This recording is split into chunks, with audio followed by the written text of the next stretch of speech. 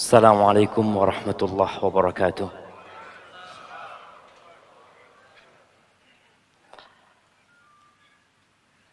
Alhamdulillah. Alladzi hadana li hadza wa ma kunna linahtadiya laula an hadana Allah. Segala puji bagi Allah Jalla Jalaluh yang telah memberikan hidayahnya kepada kita. Yang kalau bukan karena karunia Allah, kita nggak akan bisa sampai ke tempat ini. Kita pernah merasakan hari-hari kita jauh dari rumah Allah Azza wa Jalla. Sebagian kita merasakan bagaimana dia mengabaikan panggilan Allah, hayya 'alas shalah. Dia sibuk dengan kegiatan dia sendiri. Sebagian kita pernah merasakan gak nyamannya ketika masuk waktu sholat. Tapi sekarang kita merasakan hidayah yang Allah berikan. Namun sebagian kita tidak mensyukuri nikmat ini, jemaah. Padahal Allah mengatakan la in syakartum la azidannakum. Sebagian kita mulai merasakan imannya berkurang.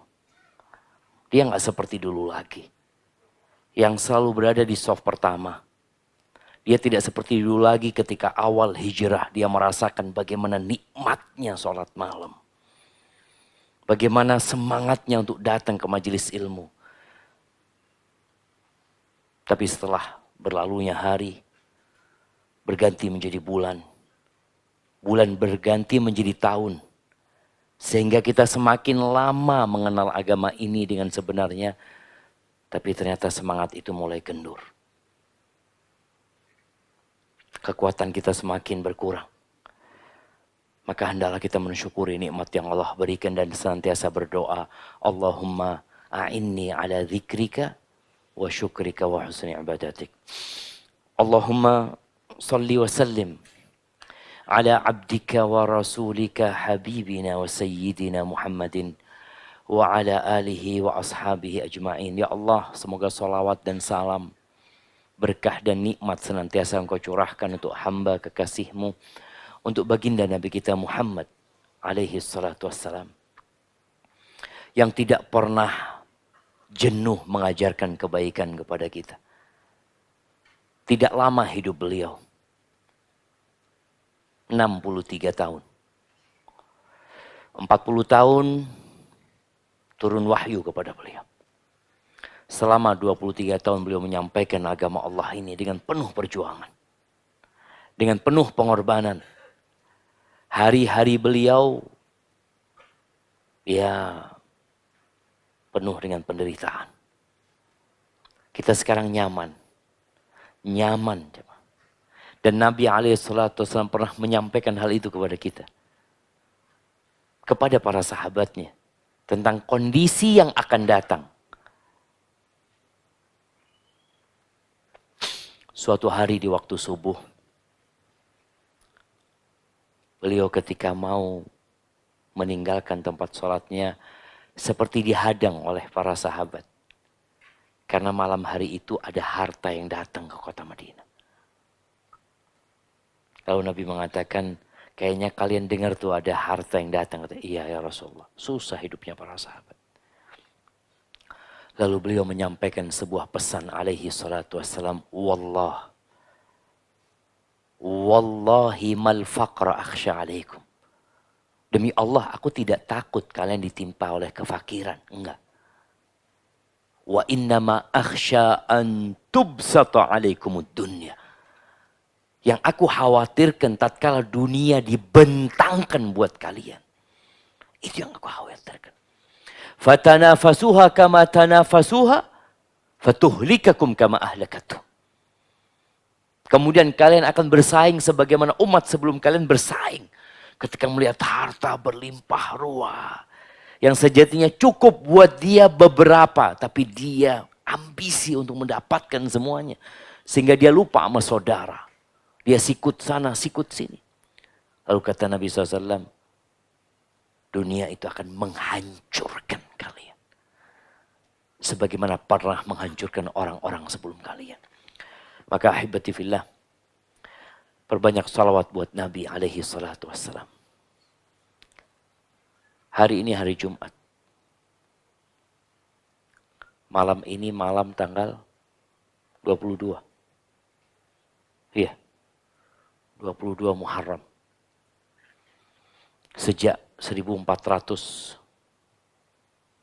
tahun yang lalu hijrah Nabi alaihi salatu wassalam.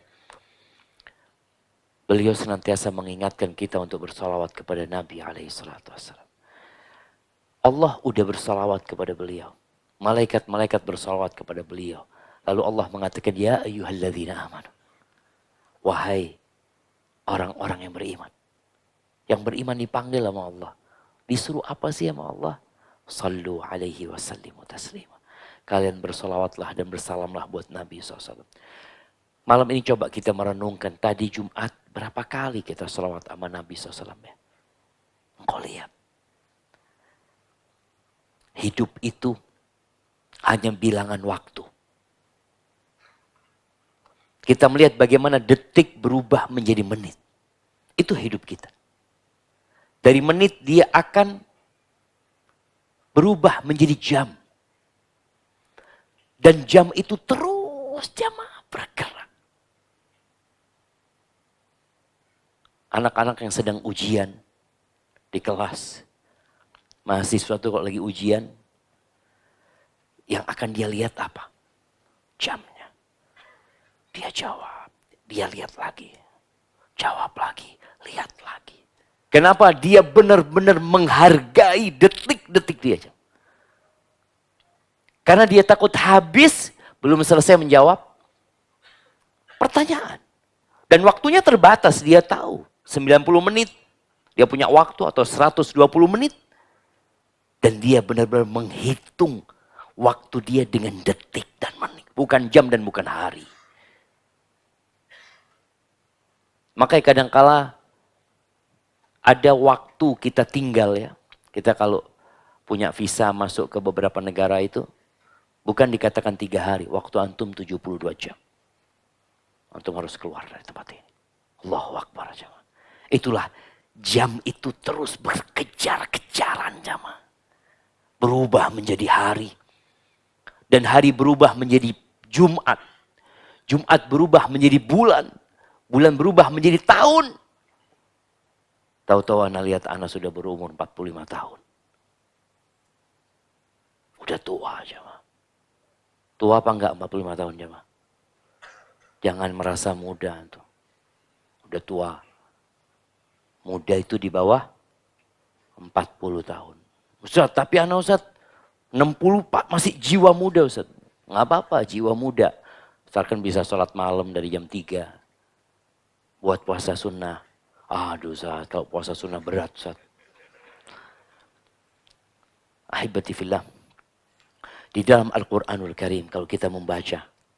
Allah sering mengingatkan kita dengan waktu kita. Jadi modal orang hidup itu ternyata bukan harta. Tapi waktu.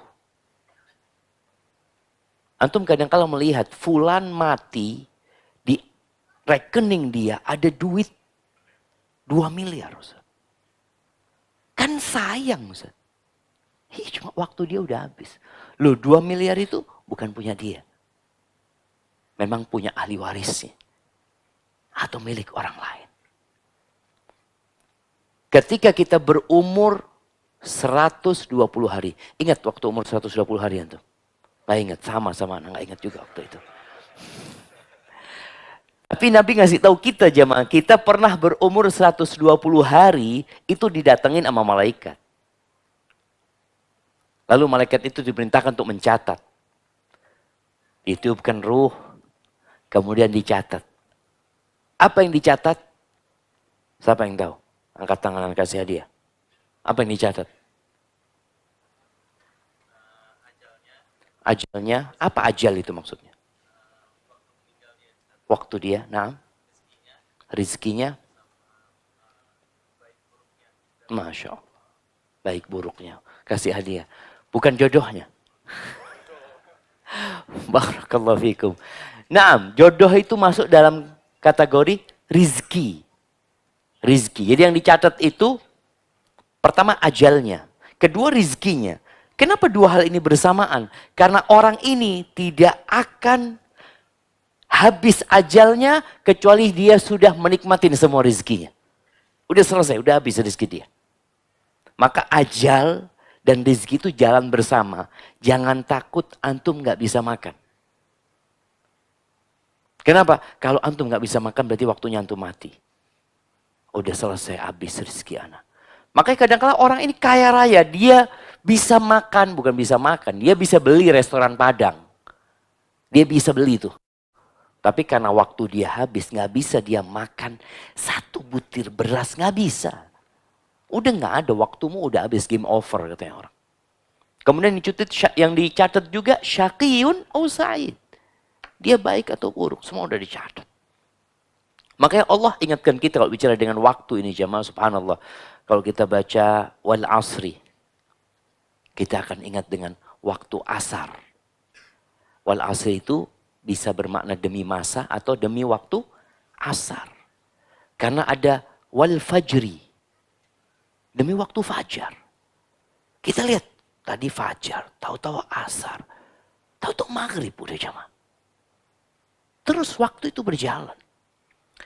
Allah bersumpah dengan wadduha. Fajar, duha, asar. Allah bersumpah dengan wallaili idza yaghsha. Wallail, demi waktu malam. Kenapa? Supaya manusia ingat bahwasanya perubahan yang terjadi ini mendekatkan kita kepada ajal kita. Semua ada waktunya. Allah Azza wa Jalla berfirman di surat Fatir ayat 13. Kata Allah, yulijul layla fin nahar. Yulijul layla fin nahar. Allah memasukkan malam ke siang. Kita lihat ya, habis sholat subuh. Di Jember itu, kita punya masjid belum jadi. Jadi kalau habis sholat subuh, kalau anak jadi imam, anak ngeliat itu. Dari gelap, kemudian merah, kemudian terang. Ya Allah, siapa yang memasukkan ini jamaah? Malam yang gelap gulita, perlahan-lahan dia berubah menjadi terang benderang dan hilang itu malam. Berada di tempat yang lain. Wa yulijun nahara fil lail. Dan kita tadi masih terang benderang. Anak datang ke sini masih terang. Perlahan-lahan menjadi gelap gulita. Siapa yang melakukan itu? Allah Azza wa Jalla. Wa sakhkhara asy-syamsa wal qamar. Allah yang mengatur pergerakan mentari dan bulan. Sekarang ini NASA lebih canggih lagi jemaah. Mungkinkah NASA itu menahan pergerakan rembulan atau matahari? Kalau bisa besok terbitnya matahari jam 7 ya. Kita atur gimana? Enggak ada. Mereka tidak punya kekuatan sama sekali untuk itu. Yang mereka ketahui, mereka ada di sini dan ada yang mengatur kehidupan mereka. Alam semesta ini diurus dan diatur, bukan oleh manusia. Lalu Allah mengatakan, kullun yajri li ajalin musamma. Semua bergerak dengan waktu yang terbatas. Suatu saat matahari itu akan terbit dari barat. Allahu Akbar. Ketika tidak bermanfaat lagi iman seseorang. Terus sekarang umur kita berapa? Ya lihat, semua orang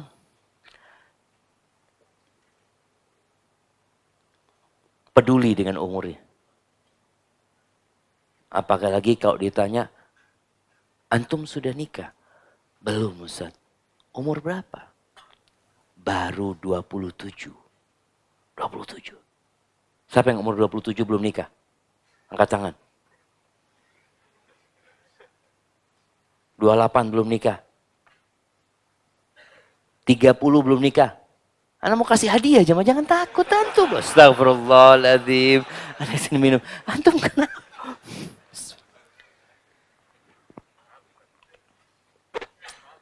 Hah? Nggak, antum anak carikan nanti. Mana yang umur 30 tahun belum nikah jamaah? Angkat tangan. Masya Allah, kirim hadiah yang ke belakang sana. Umur 30-an tuh. 34, Masya Allah. Kasih hadiah ke belakang sudah jamaah. Ada orang yang menunda-nunda. Insya Allah Ustaz, tahun depan anak nikah Ustaz. Emangnya antum tahu tahun depan hidup? Kan nggak ada yang tahu. Makanya Abdullah bin Mas'ud radhiyallahu taala anhu ini kalau kita bicara mengisi sisa waktu kita dengan apa? Apa kata Abdullah bin Mas'ud radhiyallahu taala anhu? "Lau alimtu annahu ma baqiya min umri illa 10 ayyam wa ana amutu fi akhirih." Kalau tersisa dari umur, kalau aku tahu ya, kan kita nggak tahu. Umurku tersisa 10 hari. Dan aku mati di tanggal 10-nya. Dan aku tidak punya istri, aku akan nikah. Bayangin jemaah. Bagaimana beliau benar-benar memanfaatkan waktunya. Untuk apa? Untuk mendekatkan diri kepada Allah Azza wa Jalla. Maka jangan menunda-nunda amal soleh. Apalagi yang sudah tua. Yang punya masa muda yang penuh dengan kemaksiatan. Antum harus berlomba. Dengan siapa? Dengan orang-orang yang dari kecil sudah jadi anak soleh. Sekarang kita lihat anak-anak di pesantren udah ngafalin Quran. Ana ya Allah Ustaz, umur 40 tahun. Terus terang hafalan masih 5 surat. Kenapa? Udah tua Pak Ustaz. Oke, kalau antum merasa udah tua, antum harus lebih semangat lagi daripada yang muda. Sebagian yang tua mengatakan udah tua, menganggap nggak bisa lagi menghafal. Nggak mau menghafal yang ada. Ada seorang wanita, dia pensiun kerja, mungkin dia sibuk dengan dunianya, umur 60 tahun dia jam. Baru sadar dia, umur 60 tahun. Dia nggak peduli sama Quran pada waktu itu. Akhirnya dia masuk ke rumah Quran, belajar Quran. 3 tahun hafal. Terus antum mengatakan nggak bisa. Nggak mau antum. Nggak mau menyisihkan waktu. Kalau urusan dunia dia punya waktu. Untuk Quranul Karim nggak punya waktu. Sama waktunya untuk dunia dan untuk akhirat waktu kita sama. Semua orang punya waktu 24 jam dalam sehari. Oh fulan nggak sibuk. Bukan fulan nggak sibuk. Yang nggak sibuk tuh orang mati. Tapi kita nggak mau meninggalkan kesibukan kita. Apa nggak bisa antum matikan handphone antum? Takut ada yang telepon. Ustaz. Dulu ketika antum nggak punya handphone, pernah takut ada yang telepon. Jamaah, kita pernah hidup nggak punya handphone. Anak rasakan tenang hidup kita. Kalau mau telepon kemana? Wartel. Ngantri kita telepon. Ada kepikiran gimana ya kalau ada masalah di keluarga nanti mereka telepon anak. Ya sudah nggak ada memang teleponnya. Tinggal dimatikan sekarang bisa. Tapi kita nggak mau, berat buat kita. Apalagi urusan bisnis nih. Loh Ustaz, kalau matikan handphone itu menolak rizki artinya. Allahu Akbar. Tahu dari mana ada rizki antum? Dia kan sudah menghitung. Makanya manusia ini kadang-kala menghitung sesuatu yang belum tentu milik dia. Antum pernah melihat ada toko di pinggiran jalan tuh, tahu-tahu jalannya dibongkar. Atau selokannya dibongkar. Akhirnya orang nggak bisa masuk ke toko dia. Lalu dia mengatakan, oh kita rugi. Rugi dari mana antum? Dia kan ngitungnya rugi. Iya biasanya sehari. Sejak jalan ini rusak, dibikin 1 juta kita dapat. Kita rugi 19 juta. La haula wa la quwata illa billah. Rizki antum memang 1 juta. Tapi dia sudah ngitung yang bukan rizki dia. Udah dihitung. Makanya dia menderita ketika menghitung sesuatu yang belum milik dia. Yang belum masuk itu bukan rizki kita. Tapi kenapa sudah antum hitung? Itulah manusia. Kalau urusan dunia, dia hitung sampai sesuatu yang belum jadi milik dia. Ana Ustaz, rugi Ustaz. Rugi berapa? Ya rugi 1 M. Kenapa? Ini rumah Ustaz. Ana jual 19 M. Ternyata sama sohib ana dijual 20 M. Ana rugi Ustaz. Loh, rugi dari mana antum? Dia memang bukan milik antum, kok bisa rugi antum. Ada satu orang gila jemaah. Dia beli lukisan. Di kampung di desa sana. 150.000. Akhirnya dia jual 1,5 juta. Untung berapa jemaah? 10 kali lipat. Dijual sama orang. Sama orang ini dijual 150 juta. Merasa rugi yang jual 1,5 juta, rugi banyak, anak kata dia. Loh, rugi dari mana tuh? Seharusnya anak jual 150 juta. Enggak, antum itu untung. Bayangin, yang jual 150.000 nggak merasa rugi. Antum jual 1,5 juta, kok bisa merasa rugi antum? Itulah manusia. Gila nih orang jamaah. Karena memikir, ya Allah seharusnya. Seharusnya dari mana? Nggak ada seharusnya. Udah punya antum tuh seperti itu. Itu urusan dunia, kita sampai stres, sampai gila. Tapi urusan akhirat kita kehilangan waktu. Ya Allah, anak tadi masjid sudah bubar Ustaz. Pernah kita menyesal dengan pagi hari tadi kita telat ke masjid? Yang ada enggak? Ya udah takdirnya Ustaz. Kalau urusan akhirat, dia takdir. Urusan dunia enggak. Karena kita tidak menghargai akhirat jemaah. Ahibati fillah. Rasulullah sallallahu alaihi wasallam, beliau mengajarkan kepada kita bagaimana memanfaatkan waktu kita ini. Waktu kita nggak sama dari sisi ajal itu kapan datang. Tapi kata Nabi SAW, khairun nas man tala umruhu wa hasuna amaluhu. Sebaik-baiknya manusia itu yang panjang umurnya, baik amalannya. Wa syarrun nas man tala umruhu wa sa'a amaluhu. Dan manusia yang paling buruk, yang panjang umurnya, buruk. Kenal kitab Riyadhus Shalihin. Siapa yang ngarang? Imam Nawawi. Arba'in Nawawiyah. Imam Nawawi. Beliau meninggal jamaah nggak punya anak. Karena beliau meninggal sebelum menikah. Umur beliau nggak panjang. 45 tahun beliau meninggal dunia. Tapi sampai hari ini, beliau dapat tambahan umur terus. Dengan apa? Dengan diingat kebaikannya oleh manusia. Maka bagaimana antum, kalau tadi sebaik-baiknya manusia yang panjang umurnya, nih Imam Nawawi udah mati. Beliau insya Allah meninggal dunia itu tahun 676. Beliau lahir 631. Ya, 45 tahun beliau hidup di muka bumi ini.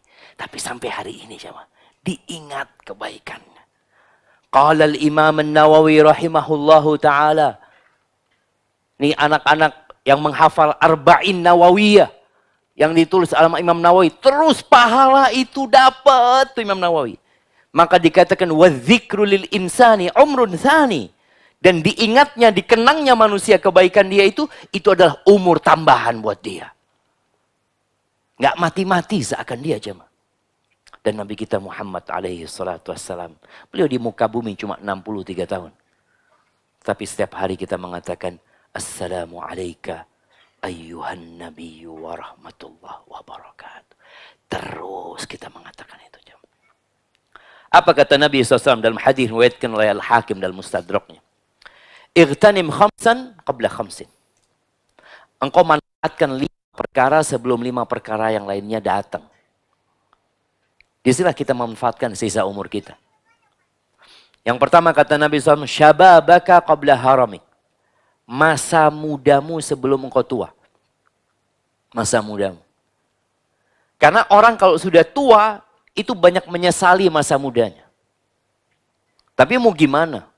Dulu Ustaz ketika muda Ustaz, anak maraton Ustaz. 40 kilo. Juara 1 anak Ustaz. Anak goes. Berapa kilo yang goes? 80 kilo Ustaz. Nah, baik. Tapi dulu ke masjid enggak? Ya itu, Ustaz. Iya. Masjid deket, Ustaz, 500 meter dari rumah. Nggak pernah nyampe kecuali Jumatan. Ustaz. Merasakan dia. Masa muda itu udah habis. Sekarang dia udah tua. Sekarang ke masjid. Iya, Ustaz, ke masjid. Tapi udah nggak bisa jalan kaki, Ustaz. Naik motor. Dia kehilangan masa-masa emas dia. Yang seharusnya dia manfaatkan untuk ketaatan kepada Allah Azza wa Jal. Dan kalau dia manfaatkan masa muda yang masih muda, manfaatkan ketaatan kepada Allah Azza wa Jal. Nanti engkau tua renta dan tidak mampu mengamalkan yang dulu pernah engkau amalkan. Karena engkau sakit, lemah, engkau tetap dapat pahalanya. Ada orang tua yang nggak bisa ke masjid lagi. Nggak bisa ke masjid, Ustaz. Sudah. Jalan dikit, ngos-ngosan, Ustaz. Tapi ketika muda dia sering ke masjid, dicatat tuh sama malaikat. Duduk di rumahnya dicatat ke masjid. Manfaat seumur kita yang ada ini. Syababaka qabla haramik. Masa mudamu sebelum engkau tua. Anak muda ini Masya Allah jemaah. Main bola, main futsal berapa menit? 25 kali 2. Kalau main bola lapangan besar, 45 menit. Masya Allah. Sholat malam, 5 menit. 5 menit. Iya Ustaz, daripada nggak sholat. Allahu Akbar. Jadi memang pikirannya duniawi banget dia jemaah. Manfaatkan seharusnya. Paling tidak sama. Engkau main bola, berapa menit kerjakan sholat malam. Seperti itu. Karena main bola itu niatkan untuk jaga kesehatan. Engkau dapat pahala. Ana mau main bola, kenapa? Supaya ana bisa bangun malam 2 jam Ustaz. Oh Masya Allah. Pahala. Antum main bolanya dihitung pahala. Goesnya dihitung pahala. Bangun malamnya pahala lagi. Makanya subhanallah dikatakan adatul arifin ibadah. Kebiasaan orang-orang yang kenal sama Allah itu bernilai ibadah. Kebiasaan. Wa ibadatul awam ada. Orang awam ibadahnya kebiasaan. Kenapa antum sholat? Ya Pak Ustaz, dari dulu sudah sholat saya Pak Ustaz. Jadi karena kebiasaan aja. Antum kenapa puasa? Oh, anak dari kecil puasa Pak Ustaz. Ya sampai sekarang, enak kok nggak apa-apa, nggak ngerasakan lapar anak puasa. Nilai ibadahnya di mana? Tapi orang yang arif billah, tidurnya ibadah, makannya ibadah, larinya ibadah, olahraganya ibadah, jualannya ibadah. Maka bagaimana sekarang memanfaatkan waktu itu jemaah? Sama waktu kita sempit. Maka yang muda, tolong kekuatanmu, energimu gunakan untuk beribadah kepada Allah Azza wa Jalla. Antum yang muda-muda ini kalau pegang handphone, nonton YouTube kuat berapa jam? Ana mau tanya yang muda-muda ini, antum kuat berapa jam? 2 jam.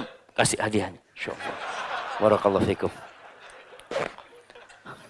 Kalau sholat malam berapa jam? Tuh jemaah. Kita coba bandingkan kondisi kita sekarang. Kita cari dunia berapa banyak. Enggak usah, anak cari dunia niatnya buat akhirat. Iya. Abu Bakar kaya raya. Umar kaya raya. Utsman bin Affan, Masya Allah. Abdurrahman bin Auf, Masya Allah. Engkau tahu Utsman bin Affan? Sekali sholat malam, Allahu Akbar. Dia baca Alif Lam Mim. Dzalikal kitabu la raiba fi hudal lil muttaqin. Baru rukuk ketika membaca minal jinnati wan nas. Tuh orang kaya dulu tuh. Dia tahu dunia ini adalah tempat berlomba-lomba dalam kebaikan. Fastabiqul khairat. Kita lihat bagaimana Umar bin Khattab lari kenceng jamaah. Demi apa? Demi mengalahkan Utsman bin Affan. Demi mengalahkan Ali bin Abi Thalib. Umar itu masuk Islamnya terlambat. Lebih dulu siapa sama Utsman? Lebih dulu Utsman. Lebih dulu siapa dibandingkan sama Ali bin Abi Thalib? Lebih dulu Ali. Dibandingkan Abdurrahman bin Auf. Lebih dulu Abdurrahman bin Auf. Dibandingkan dengan Talha bin Ubaidah. Lebih dulu mereka. Bandingkan siapa lagi? 10 sahabat dijamin masuk surga. Semuanya yang 9 itu masuk Islam sebelum Umar. Umar masih hidup 5 tahun itu penuh dengan kekejaman. Kejam Umar sebelum masuk Islam. Tapi ketika dia masuk Islam, dia lari jamaah. Sampai berada setelah Abu Bakar As-Siddiq. Jadi nomor 2 dia jamaah. Maka yang telat-telat nih hijrahnya jangan takut tentu. Wah, anak Ustaz. Kita kebanyakan anak-anak aja, Mas. Anak-anak. Akhirnya kita nggak jalan. Antum lihat di depan itu. Siapa di depan antum? Fulan. Di sop pertama. Besok anak harus sop. Fulan udah berapa hafalan Quran? Ya Allah, Fulan Ustaz sudah 3 juz Ustaz. Antum? Ya, juz 30. Maka yang muda, tolong yang muda. Yang muda sebelum kau tua. Yang tua gimana? Yang sudah tua, yang merasa terlambat, engkau bisa ngejar. Dan subhanallah, itu terbuka. Hal itu terbuka. Tinggal antum mau atau tidak. Yang kedua kata Nabi SAW, wasihataka qabla saqamik. Kesehatanmu sebelum kau sakit. Kita wallahi nunggu sakit. Makanya sekarang itu diciptakan alat-alat untuk ngecek kesehatan. Kenapa? Karena dia sedang nunggu sakit. Cek lagi. Darah gula darahnya. Alhamdulillah. Alhamdulillah. Antum nungguin apa? Nungguin lebih. Kalau dilihat kolesterolnya, orang cek kolesterol nungguin apa dia? Ya nungguin jangan sampai lebih gitu ya, tungguin ya Allah. Kalau sudah lebih, ya Allah lebih minum obat dia. Kita seakan-akan nunggu sakit loh ya. Emangnya nggak boleh cek? Boleh cek, fadol. Nggak ada masalah engkau. Tapi sebelum engkau sakit, engkau manfaatkan kesehatanmu itu. Ketika tahu, oh alhamdulillah. Masih normal semuanya. Mau dibikin apa kalau masih normal? Gunakan untuk ketaatan kepada Allah Azza wa Jalla. Laksanakan kebaikan-kebaikan. Semua kebaikan. Yang paling ringan, zikrullah. La ilaha illallah. Berapa menit?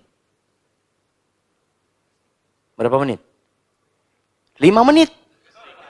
Kasih hadiahnya. Antum nanti belajar ngitung lagi sih mas. Astagfirullah. La ilaha illallah berapa detik jemaah? 3 mungkin, 3 detik jemaah. Bayangkan dalam 1 menit berapa kali antum bisa mengatakan la ilaha illallah. Afdalu dzikr.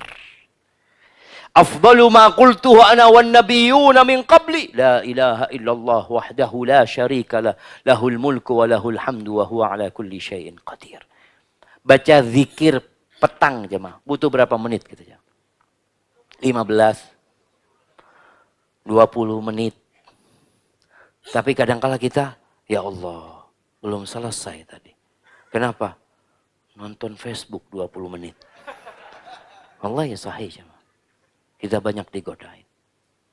Maka tolong kata Nabi engkau sehat sebelum engkau sakit. Kalau sakit ya Allah jemaah. Ada orang kepingin sujud. Ya Allah Ustaz, anak kepingin sujud Ustaz. Nggak bisa. Karena kalau dia sudah sujud nggak bisa berdiri. Karena dengkulnya sakit. Ada yang kalau sujud pening kepalanya. Sekarang yang sehat manfaatkan.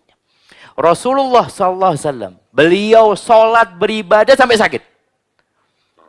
Sampai kakinya bengkak Nabi SAW. Itu Aisyah, Bilal bin Rabah, ya Allah. Pernah suatu malam Aisyah cerita. Suatu malam Nabi SAW tidur bersamaku. Tahu-tahu beliau mengatakan, ya Aisyah, engkau izinkan aku ya, aku kepingin sholat. Beliau malam itu kepingin sholat panjang rupanya. Kata Aisyah radhiyallahu ta'ala anha, ini istri-istri yang solehah ya, belajar dari Aisyah. Dia mengatakan, ya Rasulullah, aku tuh kepingin engkau ada di sini. Artinya aku cinta engkau berada di sampingku ini. Tapi yang kau cintai lebih aku cintai. Fadhal kamu sholat. Sholat Nabi SAW. Sholat lagi. Sholat lagi. Nabi menangis jemaah. Sampai air matanya membasahi jenggotnya. Jenggotnya sudah basah ya. Dengan air mata itu. Tanah yang di depan Nabi SAW. Rumah Nabi itu nggak ada keramiknya.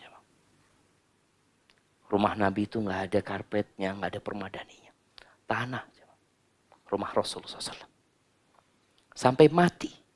Alaihi salatu wassalam. Sampai basah itu. Sampai subuh Nabi nangis. Bilal ketika subuh memanggil Nabi untuk sholat ya. Mengingatkan Nabi untuk sholat. Dilihat sama Bilal, ya Allah kok sampai kayak gini Nabi SAW ya. Maka Bilal mengatakan, ya Rasulullah, apalagi ya Rasulullah. Qad ghafarallahu laka ma taqaddama min dzambika wa ma ta'akhir. Udah ya Rasulullah, udah diampuni. Yang dulu dan yang akan datang. Aisyah juga mengatakan, ya Rasulullah, sampai bengkak kakimu ya Rasulullah. Sholat. Sebagian kita yang ada operasi kakinya karena main bola. Ada yang pernah, Ustaz, operasi lutut karena keseringan tahajud. Ustaz. Pernah lihat jamaah? Anak terkilir, Ustaz, ini Ustaz, Masya Allah. Gara-gara sujudnya terlalu lama, Ustaz. Allahu Akbar. Nggak ada. Semua bencana-bencana itu karena urusan olahraga ini dan itu. Tapi ibadah tidak membahayakan ibadah ini jemaah. Nggak membahayakan. Tapi Nabi SAW karena terlalu panjang berdirinya jemaah. Sampai bengkak kaki Nabi SAW. Apa kata Nabi SAW? Afala akun abdan syakura. Apa nggak sepantasnya aku menjadi hamba yang bersyukur kepada Allah Azza wa Jalla. Kita kalau dikatakan kamu dosanya sudah diampuni yang dulu dan yang akan datang. Udah selesai sudah. Bukannya bersyukur malah digunakan untuk kemaksiatan. Ketika tahu di dosa-dosanya. Beliau mengatakan ini seharusnya aku menjadi hamba yang bersyukur kepada Allah Azza wa Jalla. Kemudian kalau antum lihat. Gimana sih hidupnya Nabi SAW? Beliau pernah renovasi rumahnya? Nggak pernah. Nabi SAW. Dari sejak tinggal di Madinah, ya udah itu tuh rumahnya Nabi SAW.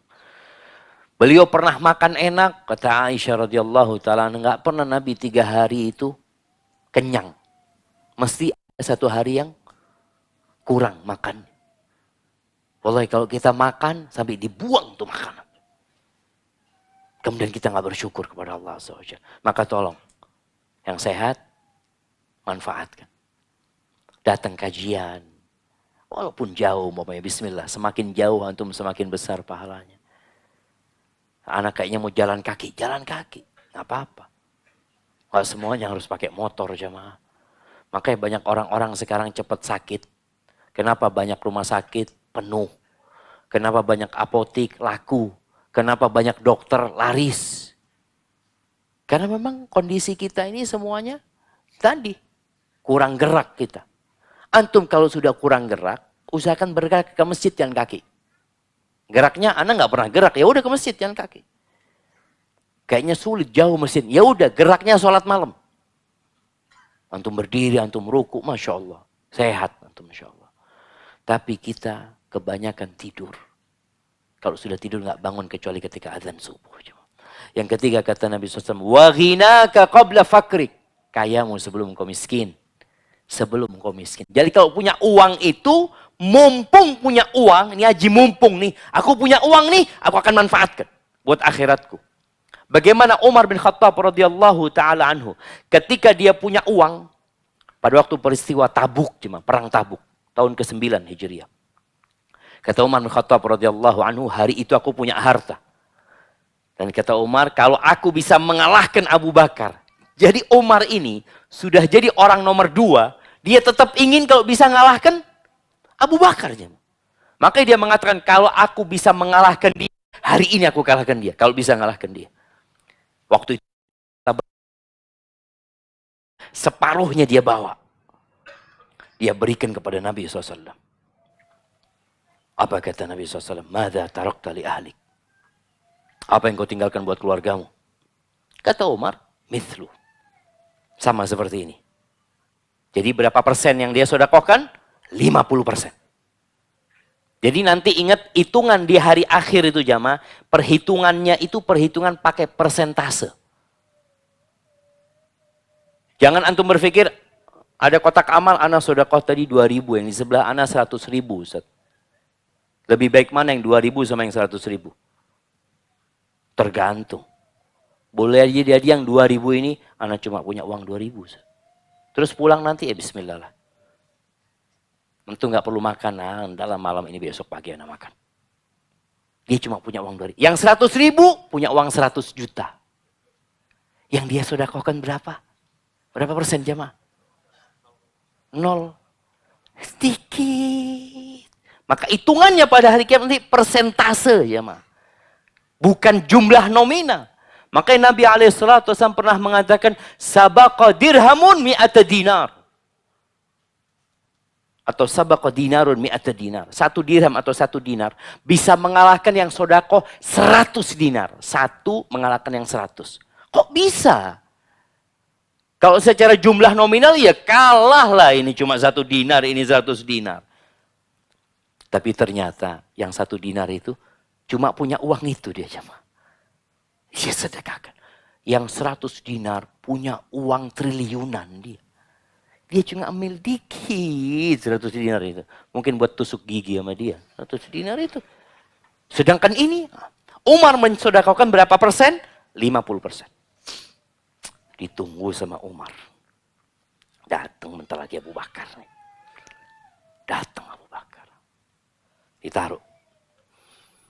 Umar kepingin tahu berapa persen nih yang dibawa sama Abu Bakar. Mada tarakta li ahlik? Apa yang kau tinggalkan buat keluargamu?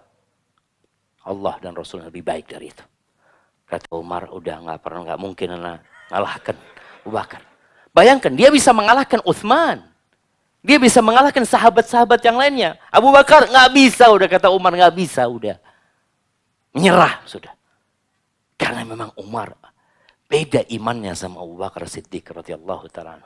Maka yang punya duit, ketika antum punya duit, daftar haji, berangkat umroh. Ketika pas punya duit, ganti mobil. Ganti mobil. Udah punya mobil antum. Iya loh Ustaz. Kan nggak apa-apa kan Ustaz. Iya kalau bicara nggak apa-apa. Tapi kita bicara kita punya waktu kesempatan sedikit. Antum boleh jadi sekarang punya uang, besok nggak punya uang. Ketika nggak punya uang, mobilnya dijual. Ya Allah ya, kalau anak sodakoh sudah ada nunggu anak di akhirat. Iya, antum nggak sodakoh. Maka ketika punya uang, yang antum pikirkan pertama rumah antum di surga, bukan rumah antum di sini. Ketika antum punya uang, ya Allah, Bismillah, sekarang anak kepingin punya rumah di surga Allah Azza wa Jalla. Kesempatan. Tadi kalau bicara anak udah telat ngafalin Quran, anak mau cari rumah Quran mana?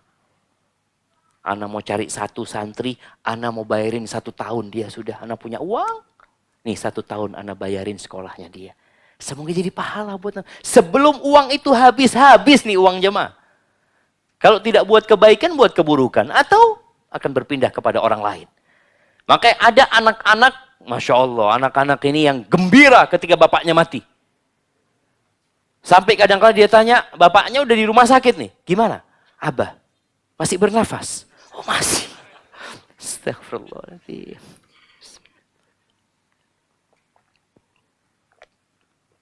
Alhamdulillah.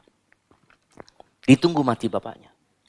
Bapaknya mati, setelah sepekan 2 pekan kumpul keluarga. Gimana nih, yuk bismillah.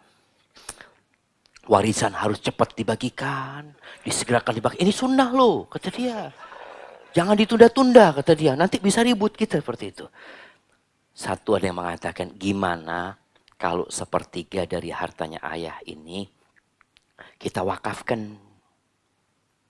Apa kata anaknya? Ya Allah, nggak usah. Bapak hidup nggak mau wakafkan. Bapak ketika hidup nggak diwakafin sama bapak. Kok sekarang kita disuruh wakafin buat bapak? Artinya kalau bapak hidup diwakafin nggak? Nggak kan? Ya sudah, bismillah, bagi. Hati-hati kita punya anak kayak gitu jamaah. Makanya sebelum mati tulis wasiat sekarang nih. Antum tulis wasiat. 1/3 hartaku wakaf. Jadi ketika anak bapaknya mati, aduh, kurang 1/3. Nggak bisa berbuat apa-apa tuh anak. Tapi ini kesempatan buat kita. Allah kasih kesempatan. Kita masih diperbolehkan bersodakoh ketika kita mati. Dengan cara apa? Wasiat. Sebelum datang kematian. Karena banyak anak-anak ini, bapaknya capek ngumpulin itu harta. Ketika meninggal dunia, anaknya nggak peduli sama bapaknya di kuburan. Maka kita kesempatan. Antum masih hidup, masih sehat, itu kalau punya harta. Antum punya motor satu, wasiat. Betul, jadi yang wasiat ini yang punya harta lebih. Karena Nabi SAW ketika Sa'ad bin Abi Waqqas sakit, dia mau wasiatkan semua hartanya. Nggak boleh sama Nabi SAW, diperbolehkan cuma sepertiga. Lalu Nabi mengatakan kepada Sa'ad, innaka antadhara warathataka aghniya khairun min antadharahum alatan yatakaffafunan nas. Engkau meninggalkan anak keturunanmu dalam kondisi mampu, cukup, itu lebih baik daripada engkau tinggalkan mereka fakir, akhirnya dia minta-minta sama orang. Jadi kalau harta antum sedikit, ya nggak usah diwasiatkan. Kesian anak-anak. Hartanya bapak berapa? Alhamdulillah Ustaz, bapak ninggalin uang 30 juta, bas 30 juta. Sepertiganya wakaf Ustaz. Wasiat kata dia, tinggal 20 juta. Berapa anak-anak? Alhamdulillah kita bertujuh Ustaz. 27 bagi 7 berapaan jemaah?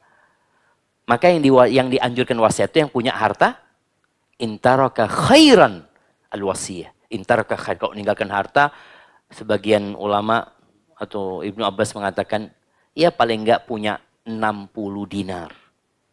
Itu paling 60 dinar itu 6 kali 4 berapa? 20, 240 juta. Kira-kira seperti itulah.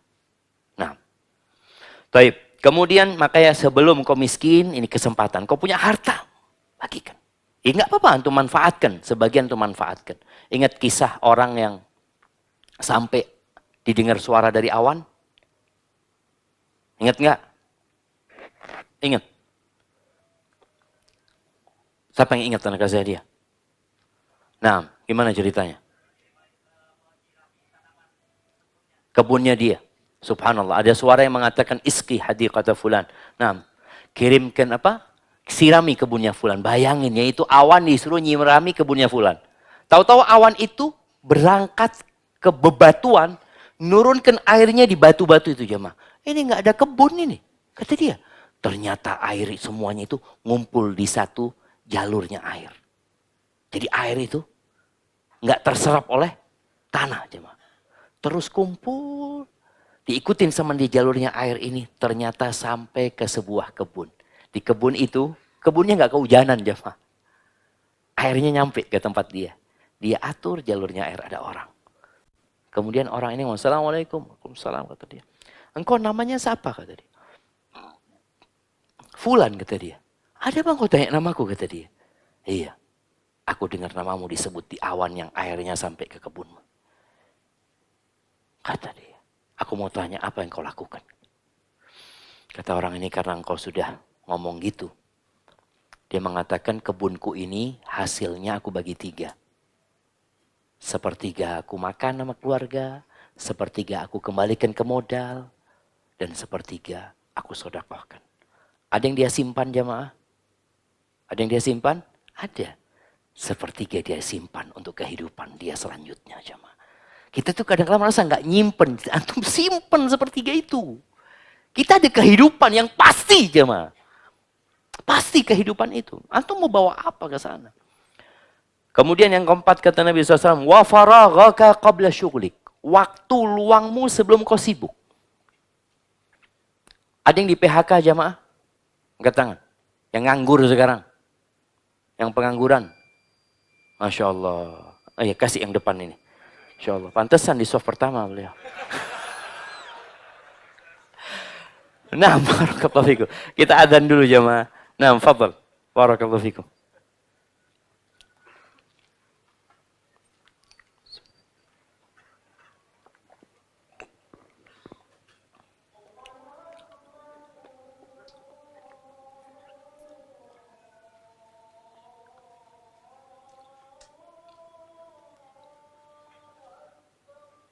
Allahu Akbar, Allahu Akbar.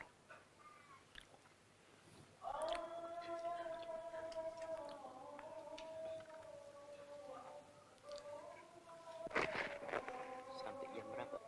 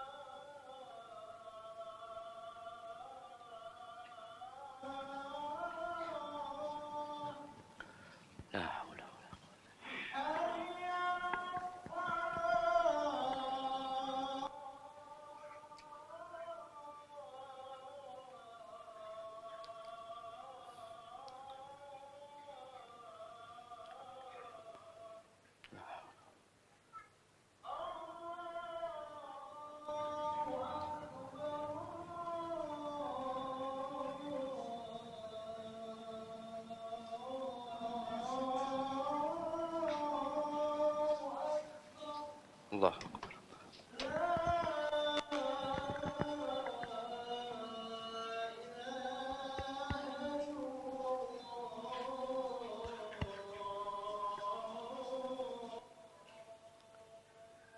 La ilaha illallah.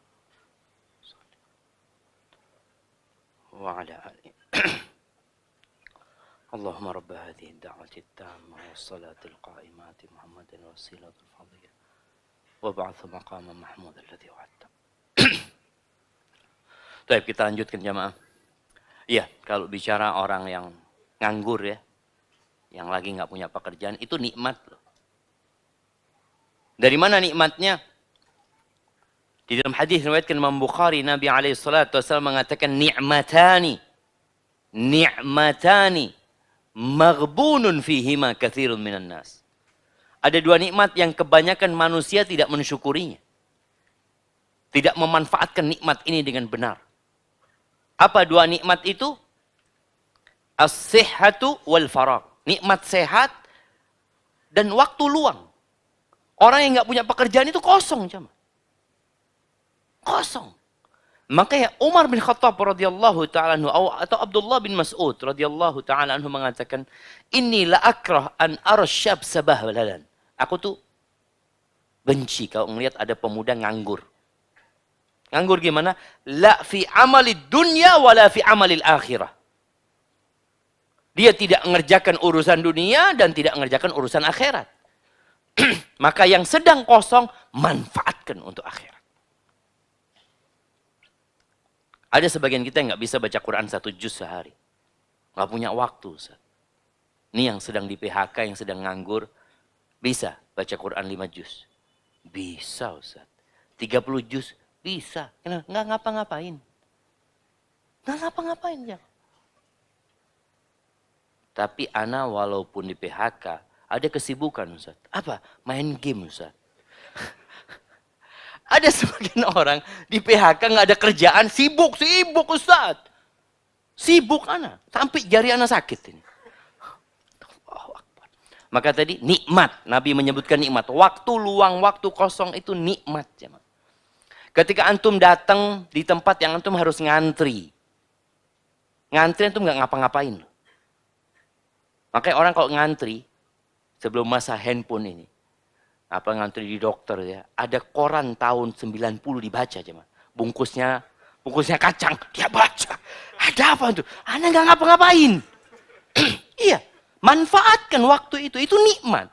Engkau bisa baca karena kosong, nggak ngapa-ngapain. Bisa sholat duha. Yang kerja nih, antum udah kerja.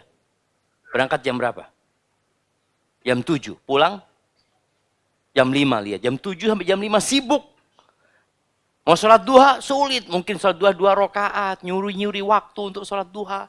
Antum sholat duha dari jam 7 sampai hampir zuhur. Bisa sholat duha? Bisa. Kalau kita baca sebagian ulama sholat 100 rakaat, ya Allah. Gimana dia sholat 100 rakaat? Kita 2 rakaat hampir berantem sama istri. Cuma 2 rakaat. Karena istrinya, bang, jangan berangkat dulu bang, sholat duha. Ah, gampang. Cuma 2 rakaat. Nih ulama 100 rakaat. Sholat lagi. Maka nggak bisa sholat malam karena capek sholat duha. Berapa rakaat? Terserah. Ada yang mengatakan 8 rakaat. Alhamdulillah bisa 8 rakaat. Tapi antum bisa 18 rakaat, tafadhol. Terus sholat 2 rakaat. 2 rakaat dan waktu luang sebelum engkau sibuk.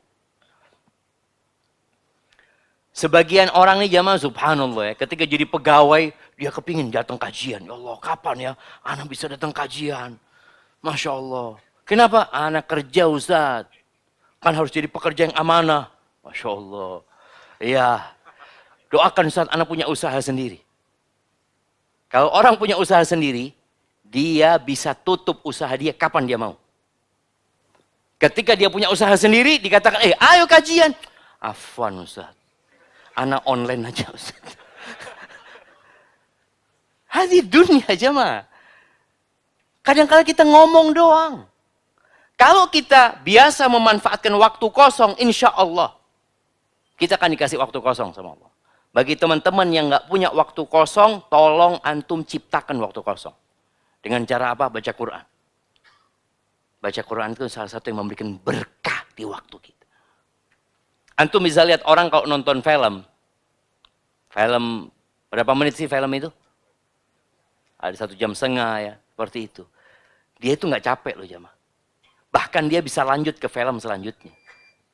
Tapi kalau baca Quran, 15 menit, alhamdulillah, udah panjang. Udah panjang gimana? Udah panjang. Coba perbandingkan kita jamaah. Ini sama-sama waktu luang gitu loh. Engkau gunakan untuk nonton, apalagi yang main game. Ada perempuan-perempuan yang ngeluhkan suaminya yang suka main game. Baca Quran, ya Allah Ustaz, baca Quran. 1 halaman aja tadi harus berantem dulu. Ayolah bang baca Quran bang. Emangnya wajib baca Quran? Insya Allah. Ini kalau sudah belajar kayak itu jamaah, tahu hukum sudah dia itu. Ngerti yang wajib dan nggak yang wajib. Astagfirullahaladzim. Emangnya main game wajib? Dari kapan? Enggak, ini kan mubah. Astagfirullahaladzim ya. Baik, ingat waktu luangmu manfaatkan. Yang di PHK, yang kemarin waktu pandemi itu banyak orang punya waktu luang. Ada yang kerjanya sehari kerja, sehari nggak kerja. Ya Ustaz, anak senang Ustaz, tapi gajinya separuh masalahnya Ustaz. Ya sudah, separuhnya engkau minta sama Allah SWT. Kenapa kita nggak minta sama Rabbul Alamin? Innallaha huwar razzaq. Yang ngasih rezeki siapa? Allah yang kasih rezeki. Bukan tempat kita kerja. Dan teman-teman yang di PHK sampai hari ini masih hidup. Pernah ngelihat orang mati kelaparan karena di PHK? Ada jemaah, ini Ustaz yang di PHK di perusahaan ini semuanya mati di kuburan. Ya ada jemaah, Allah kasih rezeki. Maka yang punya waktu luang langsung manfaatkan. Berangkat umroh ya. Sebagian anak-anak muda ini ada yang sudah sukses. Dia udah punya waktu luang. Ketika anak tanya, kenapa antum nggak berangkat umroh, nggak berangkat haji? Ustaz, anak-anak masih kecil Ustaz.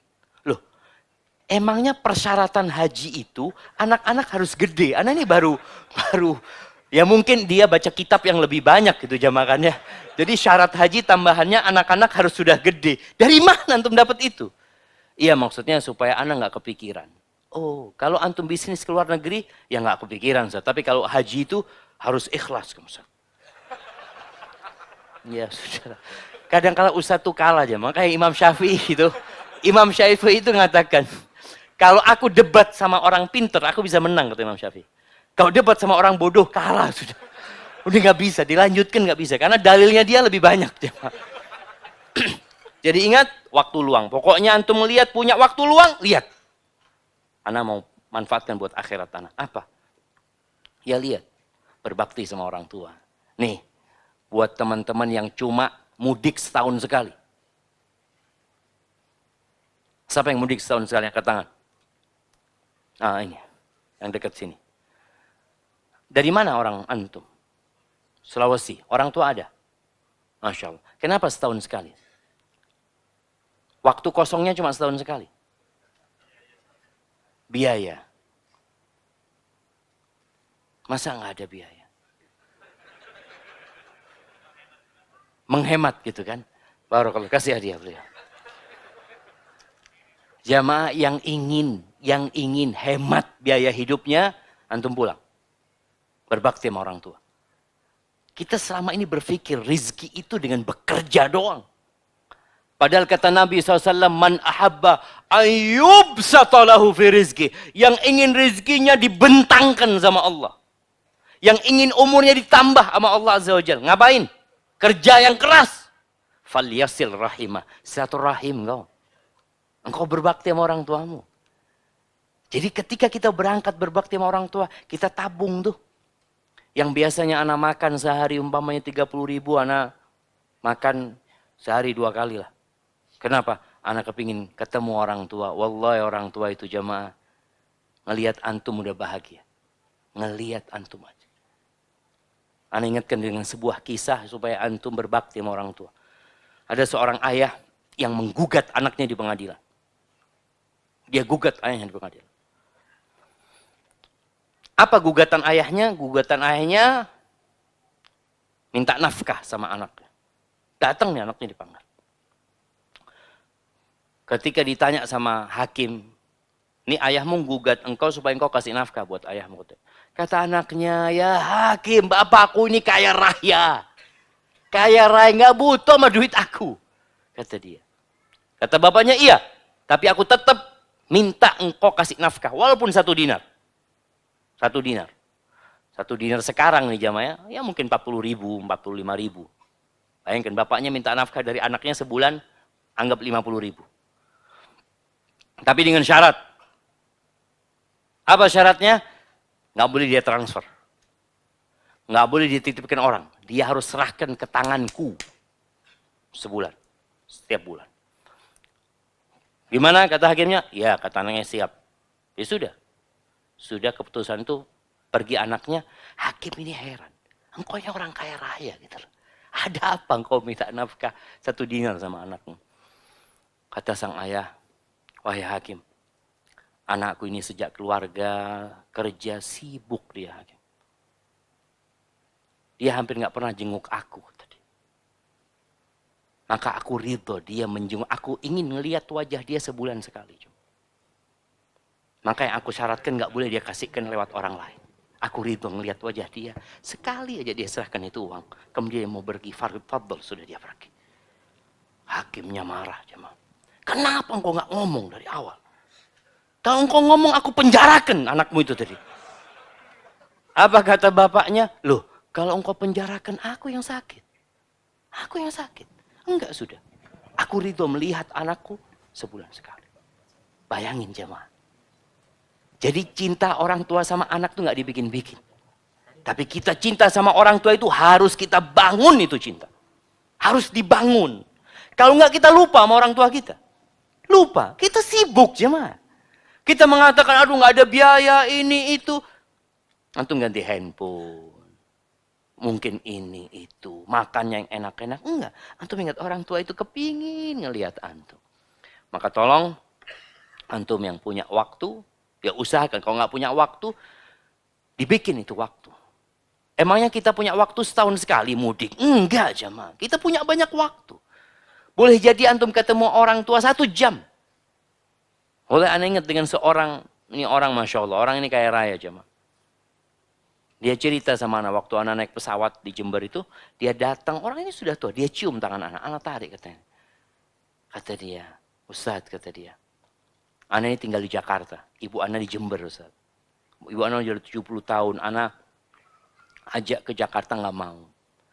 Sejak Ana melihat kajian Ustaz, Ana sebulan 2 kali pulang sekarang, Ustaz.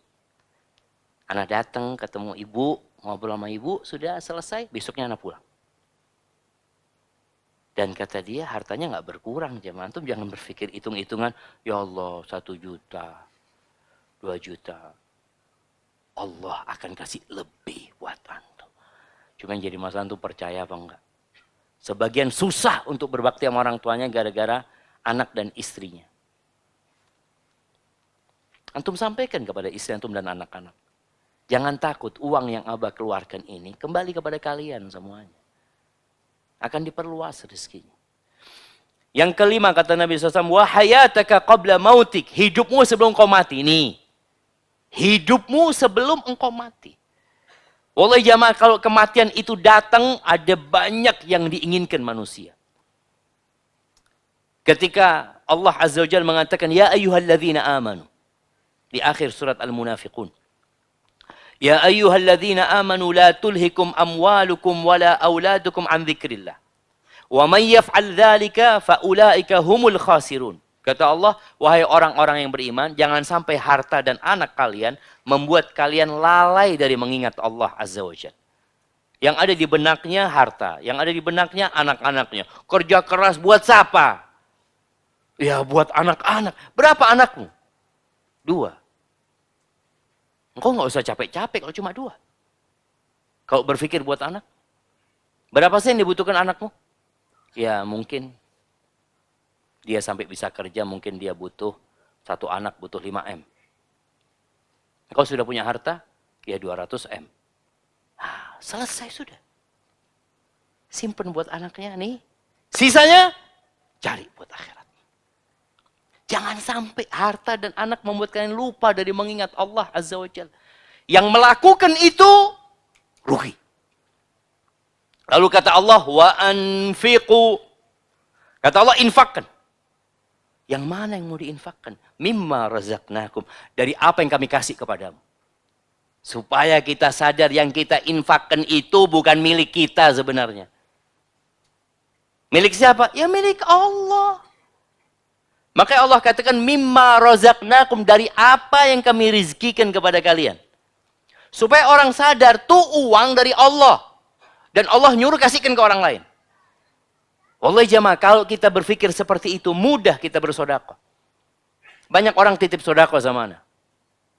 Ustaz, 10 juta Ustaz. Buat kampus STDI. Mungkinkah ana makan jamaah?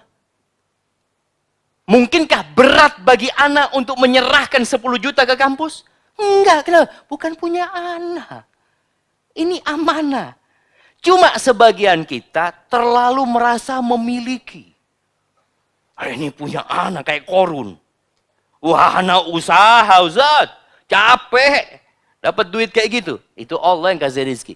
Yang lebih capek dari antum banyak. Tapi nggak dapat rezeki kayak gitu. Berapa banyak kita lihat orang yang pagi keluar rumah. Kena terik matahari sampai hitam dia. Cuma dapat 100.000 sehari. Antum duduk-duduk di AC.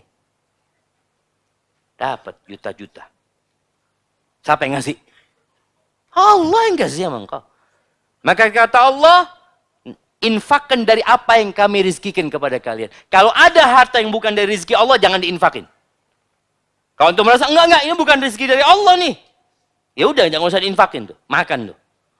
Tapi semuanya dari Allah. Min qabli an ya'tiya ahadakumul maut. Sebelum datang kematian kepada kalian. Kalau udah datang kematian, kepingin apa? Orang ini ketika melihat malaikat datang, hendak mencabut nyawa dia jemaah. Menyaksikan dia hal itu. Apa kata min qabli an ya'tiya ahadakumul maut fayaqul Rabbi, Rabbi. Dia mengatakan Rabbi, Tuhanku, wahai Rabbku. Laula akhartani ila ajalin qarib. Ya Allah, kalau engkau tunda umurku sedikit, dikit saja. Mau ngapain dia? Fa asaddaq wa akun minas shalihin. Aku akan sedekah. Kenapa dia nggak mau datang kajian? Ketika dia mau mati, Allah, aku kepingin datang kajian ya Allah. Aku kepingin sholat, kepingin haji, enggak. Dia cuma kepingin sedekah. Kenapa? Siapa yang mau jawab? Sebelah sini belum ada yang jawab dari tadi. Nah.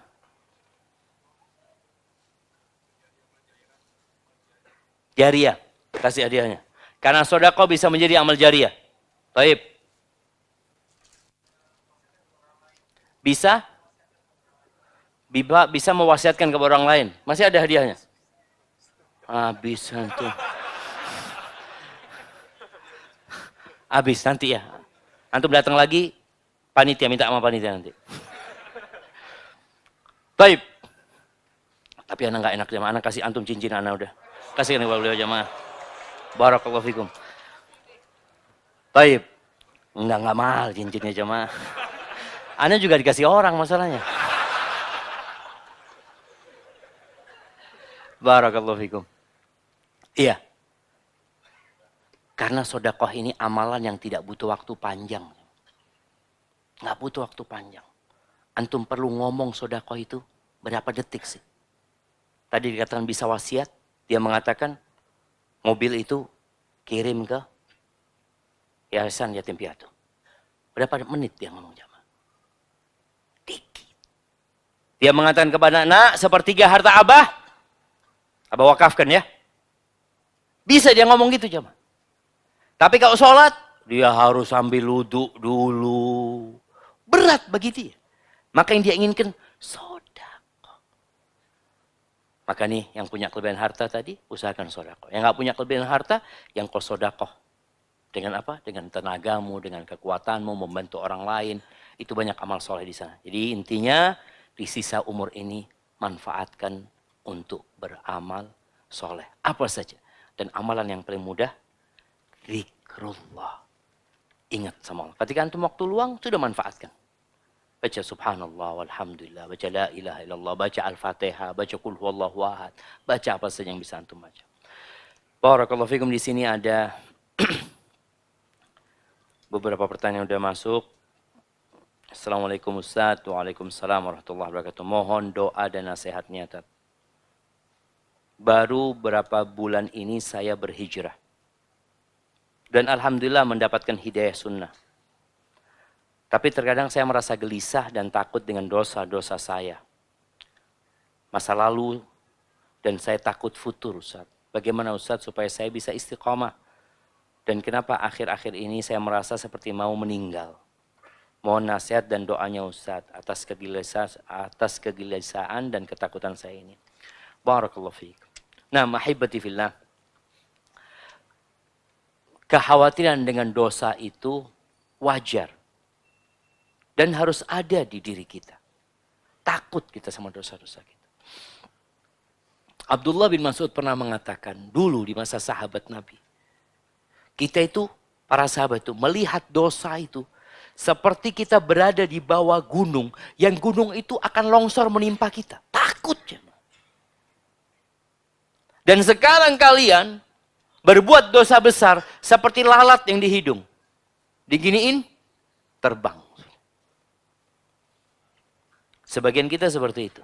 Meremehkan dosa. Oh gampang. Allah Ghafurur Rahim. Maka apa yang terjadi sama antum itu wajar. Bagaimana sekarang antum bertobat kepada Allah.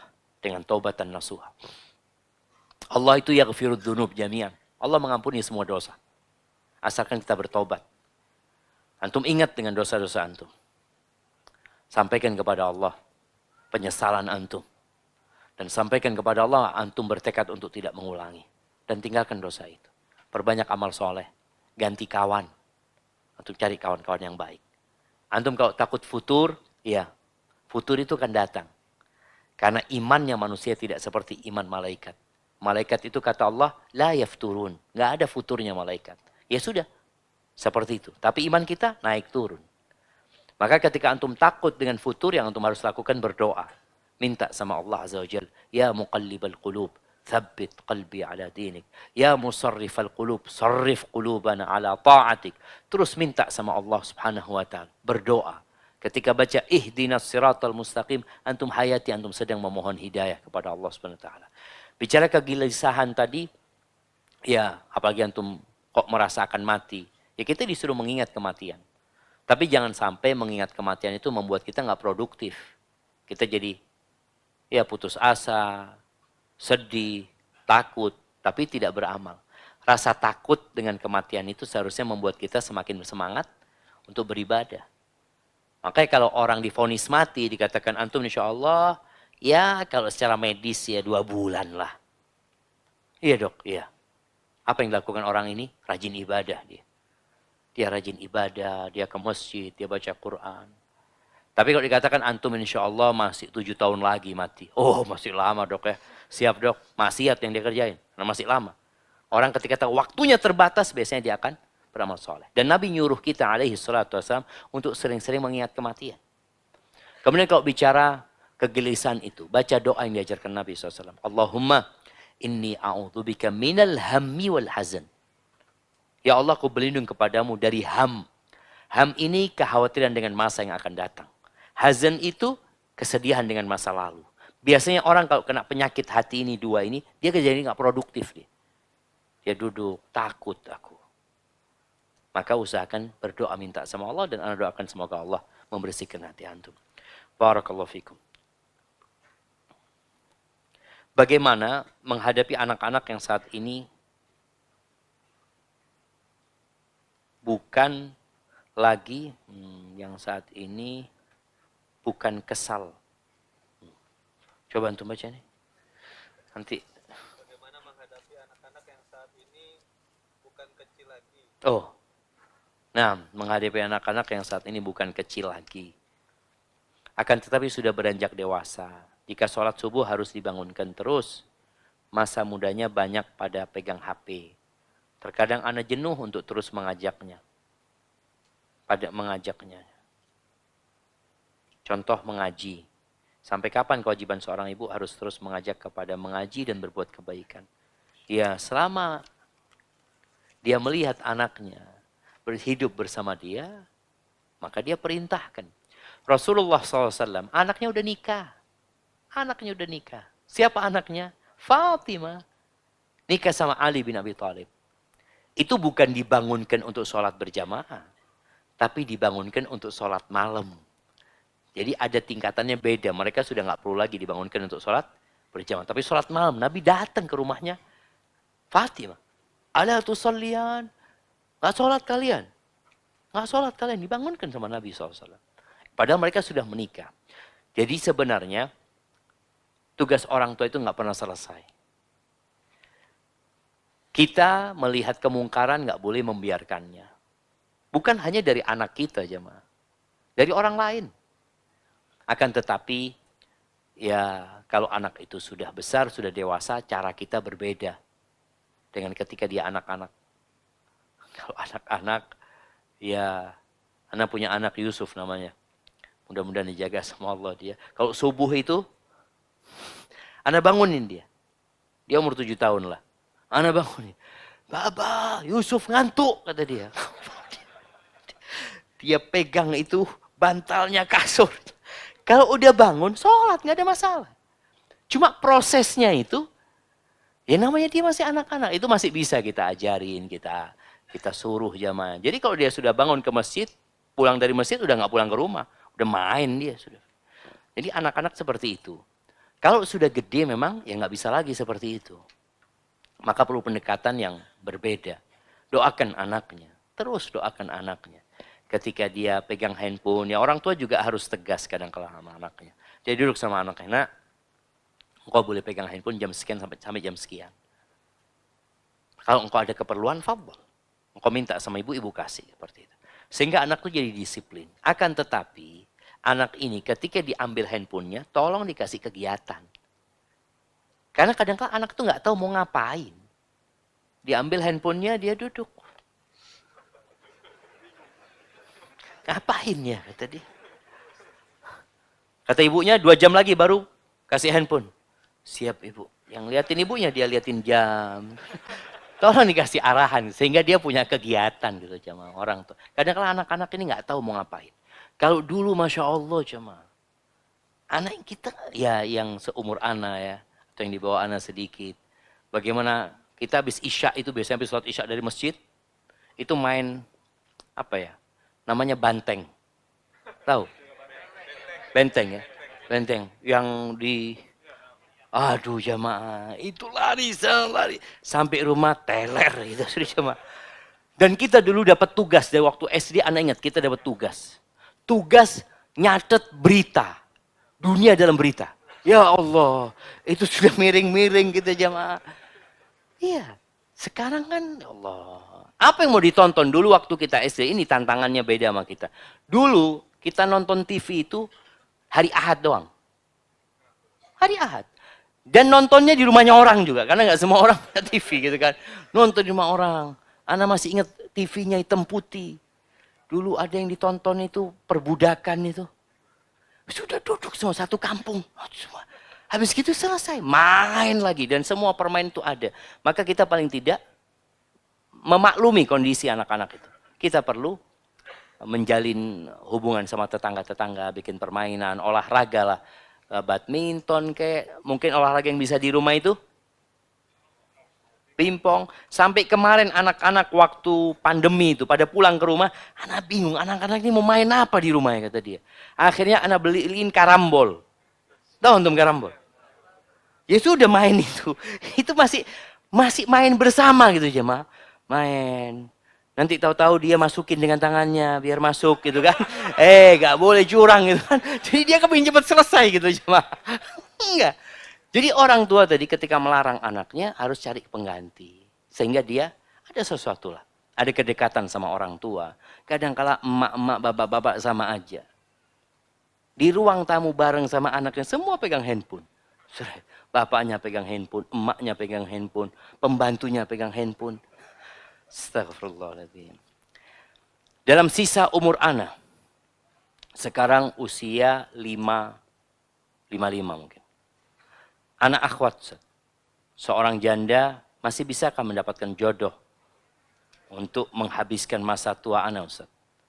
Ana ingin sekali bersama-sama mencari ilmu. Apakah ini sudah takdir Allah, ana harus menjanda sampai akhir hayat? Tolong beri sarannya Ustaz. Syukron. Ahibati fillah. Dulu hampir nggak ada janda yang nganggur. Di masa Nabi SAW itu meninggal dinikahin sama sahabat ya. Tapi memang janda ini sulit untuk menjadi istri pertama. Biasanya mereka jadi istri kedua, ketiga, keempat ya. Seperti itu. Sedangkan sekarang yang mau nikah dua ini, itu mikirnya bertahun-tahun. Betul, kadang-kadang dia juga anak sampai mau mati Ustaz, belum nikah-nikah lagi Ustaz, seperti itu.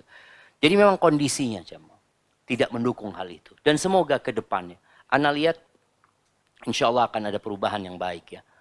Dulu orang itu anaknya banyak-banyak. Generasi bapak anak itu satu saudara 9, 11, anak punya ibu 7. Kemudian turun. Jadi 2 anak cukup. KB. KB itu sempat berhasil jemaah. Jadi sampai di mana-mana orang itu anaknya 2 aja. Padahal nggak masalah.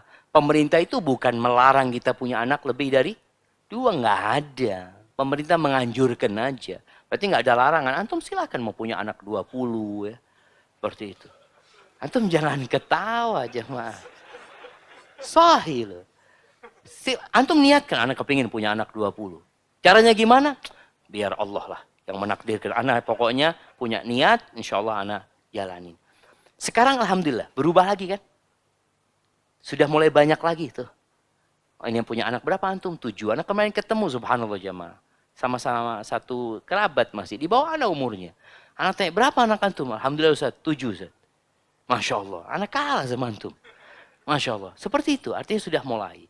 Dan masa itu juga kakek-kakek kita itu nikah 2, 3, 4 itu biasa. Kemudian setelah masuk teknologi, kan dianggap orang nikah lebih dari 1. Istri kedua itu dianggap apa? Pelakor jemaah. Dan masyarakat memandang dia buruk. Memandang dia buruk. Dan ketika ada seorang yang suaminya nikah lagi, itu sekampung takziah. Ya Allah, kesian ya, yang sabar ya, Masya Allah. Mudah-mudahan suami anak gak kayak suami anti. Jadi dia itu tersiksa aja mah. Tersiksa. Ketemu kawannya lagi, ini itu. Ditanya lagi, gimana suami anti? Ya gitulah, ya Allah memang gitulah. Laki-laki itu, naudzubillah udah. Apalagi dia ngomong, mudah-mudahan si perempuan yang dipoligami ini ngomong, ya Allah, nah mudah-mudahan nah, aku nggak dipoligami. Cukup emak yang rasakan. Udah, jadi ketakutan terus ya mah. Padahal di masa Nabi SAW nggak ada yang ribut. Kenapa nggak ada yang ribut? Karena semua pada poligami.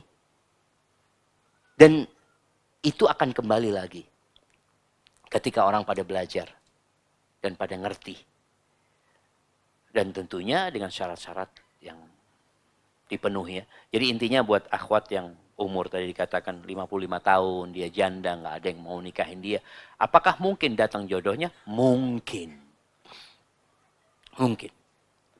Ada orang umur 80 tahun jemaah. Enggak, dia pada waktu itu 70, hampir 80 tahun lah. Ketika istrinya meninggal dunia, dia itu kayak orang nunggu mati. Ya. Kayak orang nunggu mati. Sampai kemana-mana digonceng sama anaknya. Akhirnya sama anaknya dikawinkan. Sama janda umur, nggak tahu umur 60 tahun lah. 50 lebih lah janda itu. Ketika dinikahkan jamaah, Masya Allah, naik sepeda dia jamaah. Goes. Ada semangat hidup jamaah. Kalau sendirian, nggak ada temennya. Tapi insya Allah, jadi masih ada harapan, jangan takut. Tetap berdoa memohon sama Allah ya. Semoga Ustaz dan kaum muslimin selalu dalam lindungan Allah. Amin. Mohon pencerahannya agar kita bisa zuhud dunia. Iya, kalau bicara zuhud dunia, kita harus tahu dunia ini seperti apa. Kenali dunia. Makanya ketika antum berangkat ke toko emas, dikatakan ini emas 24 karat, ini emas Cuma lapisan. Antum zuhud nggak sama yang lapisan ini? Lapisan? Aduh enggak lah, nggak mau lah. Mau yang asli. Begitu pula antara dunia dan akhirat. Cuma kadang-kala kita menganggap dunia ini emas 24 karat. Enggak, jemaah. Kita juga nggak lama hidup di dunia. Kita ini berpikir bekerja seakan-akan kita hidup selama-lamanya. Enggak ada selama-lamanya kita hidup di sini. Maka kalau bicara zuhud itu, artinya adalah tarku ma la yanfa' fil akhirah. Engkau tinggalkan segala sesuatu yang tidak bermanfaat buat akhiratmu. Tinggalkan. Bermanfaat, lakukan. Ustaz, anak kalau kaya Ustaz, anak bisa kasih santunan. Oh, lakukan. Fadhol. Jadi manfaat. Jadi namanya zuhud itu adalah meninggalkan sesuatu yang tidak berguna buat akhirat kita. Caranya gimana? Ya kita perlu mengenali dunia ini. Pak Ustaz, jika dulu kita menikah tidak sesuai dengan apa yang seharusnya Rasulullah SAW contohkan. Contohnya memilih istri karena kita cinta bukan karena Allah. Namun kini semua sudah terjadi dan sudah dikaruniai 2 anak. Anak-anak pun telat saya bimbing agama, karena saat itu saya pun hanya fokus kebutuhan dunia saja. Jika semua sudah terjadi, tapi saya mau tetap mempertahankan keluarga. Bagaimana memperbaiki itu semua? Dari kondisi yang lalai menuju rahmat Allah, dari keluarga yang kurang ilmu menuju ahli ilmu. Jazakumullah khairan. Ahibati fillah, buat yang salah pilih pasangan hidup, maka dia perlu mendesain ulang hidup dia. Rasulullah SAW pernah melakukan itu, jemaah. Subhanallah ya. Padahal bagaimana Nabi SAW menikahi perempuan-perempuan yang soleha. Tapi dalam perjalanan kan kadang-kala ada yang perlu diperbaikin. Nabi SAW pernah mendiamkan istrinya 1 bulan. 1 bulan, 9 istrinya ditinggal. Beliau tidur di kebun. Ada rumah di kebun itu, beliau tidur di sana. Sampai tersebar berita di kota Madinah bahwasanya Rasulullah SAW menceraikan istri-istrinya. Isu itu tersebar. Ketika ditanya oleh Umar bin Khattab, Nabi SAW enggak, aku enggak menceraikan istri-istriku. Kemudian turun firman Allah di surat Al-Ahzab ayat 28, 29 atau 27, 28. Nanti dilihat di sana. Itu dipanggil istri Nabi satu persatu. Ini ya bahasa orang-orang mungkin redesign hidup mereka. Nabi SAW mengatakan, membacakan ayat ini. Ya ayuhan Nabi, wahai Nabi, qul li azwajika. Katakan kepada istri-istrimu, in kuntunna turidna Allah wa rasulahu wad daral akhirah. Ya ayuhan Nabi, qul li azwajika in kuntunna turidna al hayatad dunya wa zinataha fata'alaina umatti'kunna wa usarrihkunna sarahan jamila. Wahai istri-istri, dipanggil satu persatu. Aisyah, wahai istri-istriku, kalau yang kalian inginkan kehidupan dunia, kenikmatan dunia, kemewahan dunia, kemari kalian, aku akan kasih harta.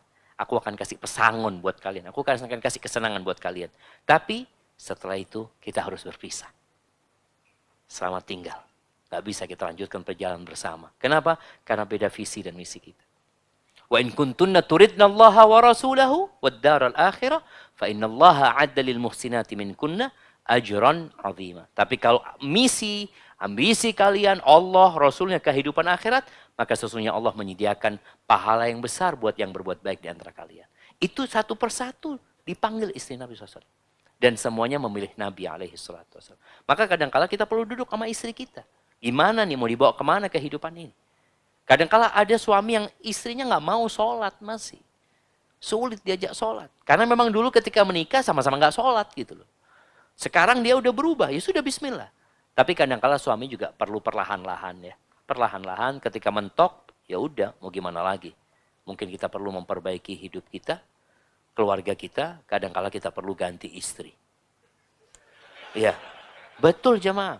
Ingat ceritanya Nabi Ibrahim, nyuruh Nabi Ismail ganti istri.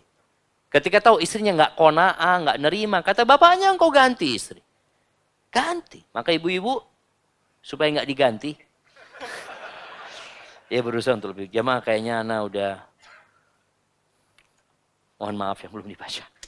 Itu yang dapat Anda sampaikan, kurang lebihnya mohon maaf, yang benar dari Allah Azza wa Jalla, yang satu bulaik. Sallallahu ala nabiyina Muhammadin wa ala alihi wasallam.